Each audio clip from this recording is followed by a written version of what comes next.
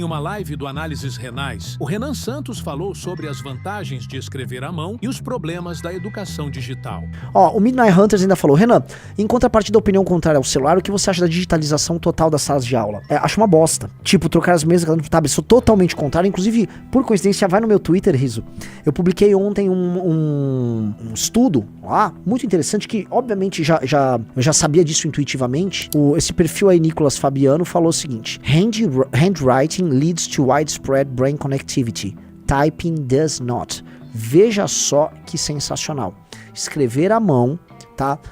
Nos faz ter uma hiperconectividade, vamos botar uma conectividade cerebral funcionando de maneira mais intensiva, coisa que digitar não faz. Ou seja, escrever, galera, escrever à mão mexe com várias áreas do seu cérebro e permite que você consiga conectar pontos distantes do seu cérebro, permite que você tenha raciocínios mais complexos e consiga, vamos dizer, abordar um determinado assunto, né, um objeto de maneira, vamos dizer, mais profunda, mais intensa. Isso é muito louco, né? Então esse estudo mostra isso, ó. Essas descobertas de um estudo da Front Psycho que vamos dizer, gravaram atividade cerebral em 36 estudantes universitários, enquanto eles estavam escrevendo à mão, handwriting visually escrevendo à mão palavras apresentadas visualmente usando uma caneta digital e depois escrevendo, né, typing, né, digitando as palavras num teclado. Aí ele vai falando ele vai explicando que os aparelhos digitais vão substituindo a escrita à mão e ambos estão sendo altamente digitalizados nas escolas.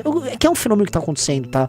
Vários lugares do mundo gostam de falar que as coisas estão indo bem porque, nossa, essa sala de aula, a lousa é digital, todo mundo usa tablet, isso não é bom. Se eu não me engano, dá pra procurar no Google, a Finlândia substituiu novamente os aparelhos digitais por escrever à mão.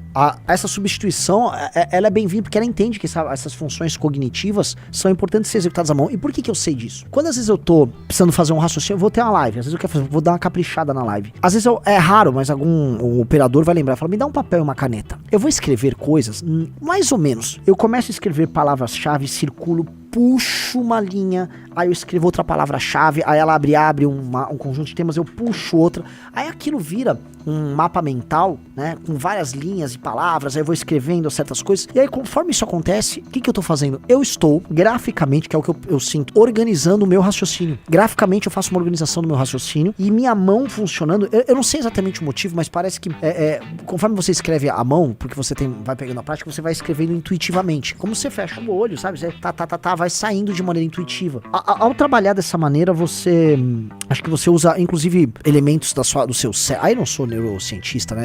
Pena que o Eslen lá no lugar não está nos assistindo, porque se ele estivesse me assistindo, eu gostaria muito de saber a opinião dele sobre isso. Mas eu acho que você começa a ativar elementos, vamos dizer, não do seu sistema default, que fica ligado aqui, como a gente tá falando aqui, sei lá, o seu ego, e talvez você consiga acessar até elementos do seu subconsciente e produzindo coisas criativas e elementos complexos pra você entender e interpretar um assunto. Então toda vez que eu pego um papel e eu faço esses rabiscos, é tudo muito, muito mais interessante. Você desenhar esquemas e também escrever à mão respostas pra perguntas igual tinha em provas, na escola e tal, era diferente. Eu escrevo muito, por exemplo, eu adoro escrever textos pra Valete. Ontem e hoje eu tô escrevendo bastante, que eu fiz meu artigo pra Valete, escrevi um textão hoje no X. Você percebe que é diferente. Eu também construo raciocínio, o raciocínio funciona, mas não é igual, Mas você exclui totalmente o digital do ambiente escolar? É isso? Eu excluiria praticamente o digital. Eu excluiria o digital do ambiente escolar. Totalmente? Eu acho, cara, olha só. Eu estudei numa escola que não era totalmente analógica e realmente não fazia nenhuma diferença o digital. Eu queria saber qual diferença o digital faria numa sala de aula. Por exemplo, eu vou jogar uma provocação aqui pra você agora. Pode jogar. O Kim Kataguiri aprovou o marco legal dos games, acho que ano passado, retrasado, e nele tinha parte da educação, botar games como forma de segurar a atenção dos alunos na sala de aula e que deve ter estudos e tal, enfim, a gente pode pesquisar agora. Você não acha que isso também pode... Não, sendo bem honesto, cara... Eu não acho. Não acha? Eu não acho. Games não segurariam a atenção do aluno? Eu acho que não. Acho que isso é tipo... Você tá lidando com o problema com uma derivada do próprio problema, sabe? Eu acho que não. Acho que assim, proíba a porcaria do celular e faça a pessoa ficar naquele... Eu não estou falando celular, tô falando assim, existe lá na escola, não vai ter o celular. Não, eu tô falando isso, assim, é sobre reter a atenção. Sim. É que as escolas hoje, a atenção já é mitigada não só pela conversa entre os alunos, ou a falta de interesse dos alunos na própria aula, mas também pelo aparelho que tá na mão dela. A pessoa tá com o aparelho na classe. Não, esquece o celular, tô falando digital agora. Não, mas a pergunta é, você tá falando que o pessoal usaria games pra aumentar a atenção. Eu tô falando quais são as razões que diminuem a atenção. Um professor chato? Cara, vamos ser bem claro. Um professor chato. Eu tô falando agora como um aluno de uma escola que era completamente analógica. As duas coisas que geravam a falta de atenção era o professor ser chato ou o professor permitir disciplina. Tinha professor que dava medo. Eu ia pra sala de aula, tinha com os professores que, tipo, você falava, qualquer coisa eu vou parar na diretoria. Porque, entenda-se, pra uma criança a autoridade era importante. Ir para a diretoria era um pavor e uma vergonha. Era um pavor e uma vergonha. Eu lembro quando eu fui pra diretoria, devo ter ido 2, 3 vezes, era assim... Nossa, minha vida morreu, coração na boca, morrendo de medo. Hoje me parece, especialmente nas escolas públicas, que ninguém liga pra autoridade. Então se você restabelece a autoridade e a pessoa tem medo, no mínimo no medo, você tá prestando atenção com medo. Já é uma vantagem, tá, Riso? E a segunda é uma boa didática. Agora, as pessoas têm medo de impor autoridade e acham que impor autoridade é ruim. E 2, professor desinteressado, hipersindicalizado, não tá com aquela melhor didática do mundo. Mas é uma realidade também. Mas eu sei que é. Mas esse é vamos dizer, esse é o grande problema da educação. Esse é o grande problema da educação. Sim. Pra mim é um misto de desinteresse, falta de didática e vontade, e do outro, falta de autoridade. Porque o aluno também não liga porque não tem autoridade. E tinha muitas coisas, tinha pressão dos pais. Eu lembro que assim, quando eu tava eu estudei em escolas particulares a minha vida toda. E algumas mais baratas, outras mais caras. E quando eu via meu pai com dificuldade pra pagar a mensalidade, cara, ele dava... Minha mãe, especialmente, meu pai não cobrava muito, né? Minha mãe sempre me cobrava muito. Ela falava, você tá louco? Sua professora, especialmente quando era novinho, bem criança, sua professora falou que você tá conversando muito, você tá louco? Olha a dificuldade pra pagar a escola. Aí eu ficava tipo, ai meu Deus, eu sou um merda, né? Você se sentia mal, você se sentia tipo pressionado. E acho que as pessoas têm que ter essa pressão. Essa pressão quando a criança é nova é boa. A criança tem que largar de ser de pequeno que torce pepino. A criança tem que ter pressão, porque você tem que ter vergonha, a criança tem que ter medo, tem que ter autoridade do professor, do diretor, dos pais. Não é que o ambiente tem que ser apenas lúdico, ele também tem que ser lúdico, ele também tem que ser legal. Mas assim, né? Você tem um estímulo positivo e um estímulo negativo.